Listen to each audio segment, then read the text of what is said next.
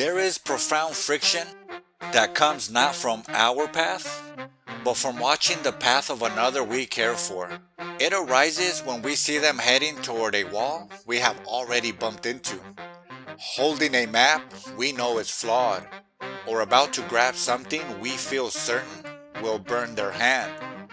The instinct is immediate and powerful, to reach out, to warn, to grab their arm and pull them back from the edge, to place ourselves between them and the lesson we see coming. This instinct feels like love, it feels like protection, and yet, within the wizard's code of minimizing harm, this very instinct often presents one of the greatest and most difficult tests of wisdom. This episode confronts the disciplined practice of non-interference. It is the careful, often painful, study of the line between enabling, rescuing, and what might be called true loving. The wizard's understanding suggests that preventing someone from experiencing the natural, organic consequence of their own choice, what we might call allowing them to bump and bruise, is not an act of negligence. It is, counterintuitively, often the only way they will gain the essential friction of contrast needed for their own authentic growth. To deny them that friction is to deny them the very material from which their own will and wisdom are forged. The magic to be learned here is not cold indifference. It is detached love.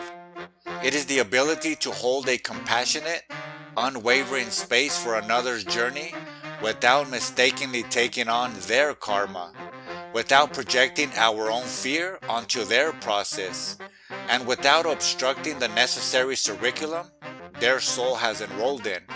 It is loving the person more than we love our own need for them to be safe, happy, or in agreement with us. It is understanding that the most profound help we can offer is not to carry their burden, but to have faith in their strength to carry it themselves. This concept is a cornerstone of mature spiritual practice, reflected in the idea of non-attachment. In the Bhagavad Gita, Krishna advises Arjuna to act without attachment for the fruits of his actions. This applies powerfully to our actions toward others. We can offer guidance, support, and love, but we must release our attachment to the outcome of their choices, their learning, their awakening, their consequences. These are their fruits to harvest, not ours. To be attached to fixing them or saving them is not to entangle our own peace with their process, a recipe for shared suffering. The principle finds a powerful metaphor in the practice of tough love, a concept that emerged in psychology and addiction recovery. Tough love is a conscious decision to stop enabling destructive behavior, even if it causes short-term pain, to force the confrontation with consequences that may spur long-term change. It is the parent allowing the addicted child to face legal repercussions, the partner refusing to bail out a financially irresponsible spouse again. It's not a withdrawal of love, but a strategic, painful application of it in a new form.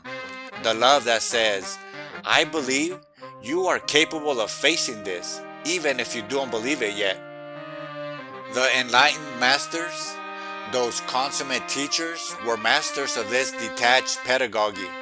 They rarely intervened to prevent a student's stumble, knowing the stumble itself was the lesson. In Zen Buddhism, the master-student relationship is built on this principle. The master provides the method, Zazen koans, and the container, the strict monastic environment, but does not provide the answers. When a student presents an understanding, the master may confirm it with a nod, or shatter it with a shout or a blow. The master's role is not to prevent the student's confusion or frustration. Those are the essential bruises of the path. Their role is to ensure the student doesn't get stuck in a comfortable delusion. The famous kyosaku, warning stick, used in meditation, Halls is not punishment. It is a sharp physical intervention to refocus attention, a controlled bump to prevent a deeper spiritual sleep.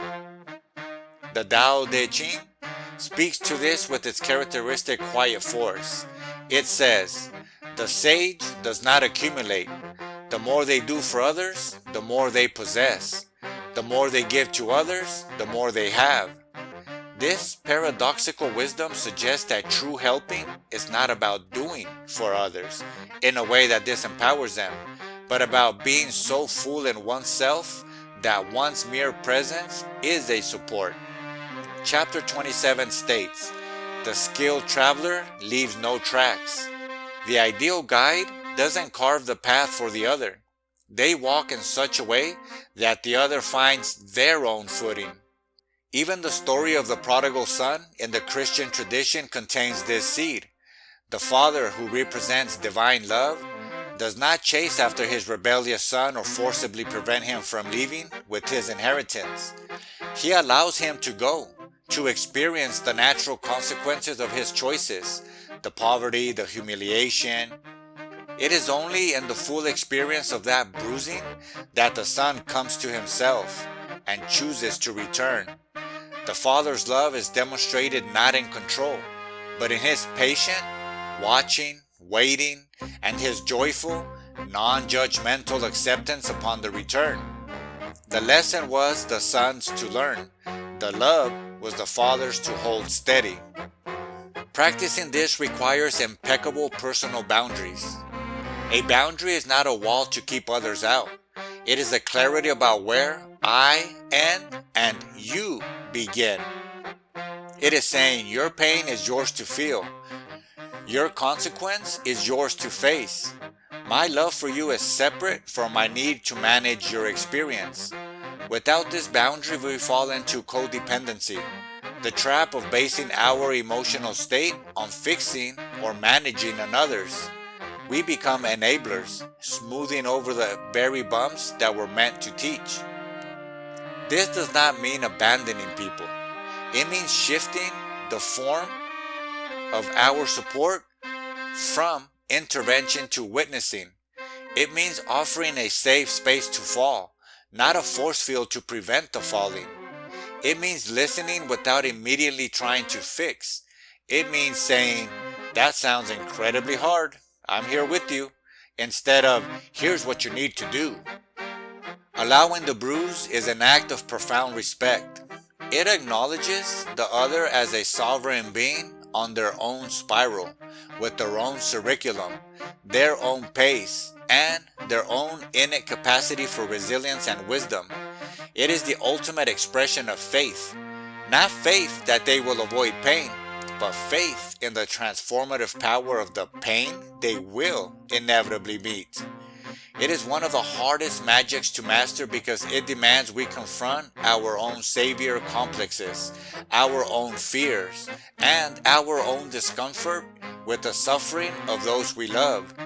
But in mastering it, we free ourselves from the burdensome, godlike responsibility we were never meant to carry.